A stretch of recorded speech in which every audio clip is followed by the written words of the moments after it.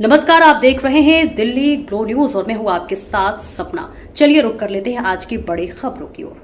अमित शाह गृह मंत्री भारत सरकार के द्वारा सदन में दिए गए बाबा साहेब डॉक्टर भीमराव अम्बेडकर जी के खिलाफ आपत्तिजनक बयान के विरोध में आज कानपुर नगर ग्रामीण कांग्रेस कमेटी के जिलाध्यक्ष अमित पांडे जी के नेतृत्व में महामहिम राष्ट्रपति जी को संबोधित ज्ञापन जिलाधिकारी कानपुर के माध्यम से सौंपा गया, जिसमें प्रमुख रूप से अमित शाह के निलंबन की मांग की गई। उक्त प्रदर्शन में सैकड़ों कांग्रेसी शामिल हुए। बाबा साहब का ये अपमान नहीं सहेगा हिंदुस्तान, गृह मंत्री इस्तीफा दो के नारे लगाते हुए ज्ञापन दिया गया। उसी में भूधर नारायण मिश्र, जेपी पाल, विकास अवस्थी, करिश्मा ठाकुर, नौशाद आलम मसूरी, जिला अध्यक्ष आलोक मिश्रा, सांसद प्रत्याशी सुमन तिवारी, रीता कठेरिया आदि लोग उपस्थित रहे। मैं अमित पांडे, जिला अध्यक्ष हूँ कांग्रेस नगर ग्रामीण कांग्रेस पार्टी का। और आज ज्ञापन का प्रमुख रूप से जो विषय था, हमारे देश में संवैधानिक व्यवस्था लागू है। उस संवैधानिक व्यवस्था के अंतर्गत हमारे यहाँ संसद बनी, जिसमें सांसद चुन के जाते हैं। जो सांसद को चुनने का काम हमारे देश के मतदाता करते हैं। भारतीय जनता पार्टी जो आरएसएस से प्रेरित एक ऐसा संगठन है जो ना तो संविधान को मानता है, ना स्वतंत्रता को मानता है, ना इस देश में संवैधानिक अधिकारों को मानता है, ना मूल्यों को मानता है, ना सिद्धांतों को मानता है। उन्हीं सबको ताक पर रखते हुए परसों जो इस देश में गृह मंत्री, जो कि गुजरात के तड़ीपार भी थे, वो चुने गए। इस देश में गृह मंत्री, सांसद चुने गए। फिर भारतीय जनता पार्टी ने, सरकार ने उन्हें गृह मंत्री बनाया। उनका एक जो उन्होंने बयान दिया, एक बहुत ही घटिया और निंदनीय बयान दिया, जो निकृष्ट टाइप की जो उनकी सोच और व्यवस्था है उसके पोषक प्रतीत हो रहे हैं। जिस बयान के माध्यम से उन्होंने कहा कि अगर आप जितना बाबा साहब भीमराव अम्बेडकर करते, अगर इतना भगवान का नाम लेते तो शायद आपको भगवान मिल गए होते। इस बात से ये समझ में आता है कि इनकी जो प्रवृत्ति है, जो नियत है, वो बाबा साहब भीमराव अम्बेडकर को नहीं मानना चाहते, संविधान को नहीं मानना चाहते।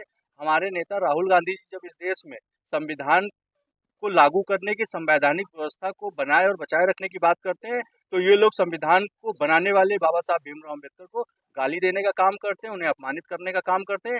इसी के विरोध में पूरे देश में आज हम सब लोग ज्ञापन देने का काम कर रहे हैं। और बाबा साहब भीमराव अम्बेडकर के सम्मान और इस देश के स्वाभिमान की रक्षा करने के लिए कांग्रेस पार्टी और इस देश का एक एक नागरिक जमीन से लेके सदन तक लड़ाई लड़ने का काम करेगा। और ये लड़ाई जारी रहेगी जब तक अमित शाह या तो बर्खास्त नहीं होते, या इस्तीफा नहीं देते, या अपने किए हुए कृत्यों पर माफी नहीं मांगते। तब तक ये युद्ध और ये जंग और हमारी मांगे और हमारा संघर्ष जारी रहेगा। सरकार तो बीजेपी के लोगों का तो काम ही है पुतले फूकना। जब ये लोग ये हिंदुत्व के रक्षक अपने आप को बताते हैं, और कल से आज तक ये अपने सीसीटीवी फुटेज सदन के नहीं जारी कर पा रहे हैं, इससे साफ साफ ये प्रतीत होता है कि ये झूठे और मक्कार लोग हैं। इन लोगों ने 52 साल तक तो अपने संघ के कार्यालय में तिरंगा झंडा नहीं लगाया।